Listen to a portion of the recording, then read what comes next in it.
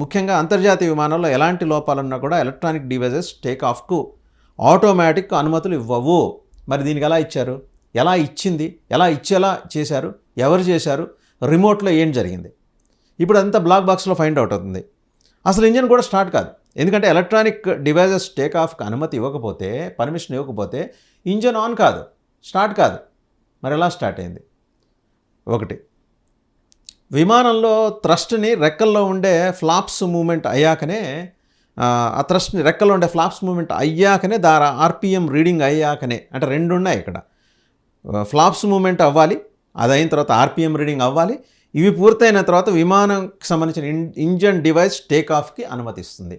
చూడండి, ఇంత 3 ఫేజుల్లో ఇంత మెటిక్యులస్గా పర్మిషన్స్ గ్రాంట్ చేసే వ్యవస్థలు ఉన్న, టెక్నాలజికల్ సిస్టమ్స్ ఉన్న ఇక్కడ మరి దీని తాలూకు రీడింగ్ ఎయిర్ ట్రాఫిక్ కంట్రోల్కి వెళ్ళి, ఈ 3 అయిన తర్వాత 4వది దీని తాలూకు ఆర్పిఎం రీడింగ్ ఎయిర్ ట్రాఫిక్ కంట్రోల్కి వెళ్ళాలి.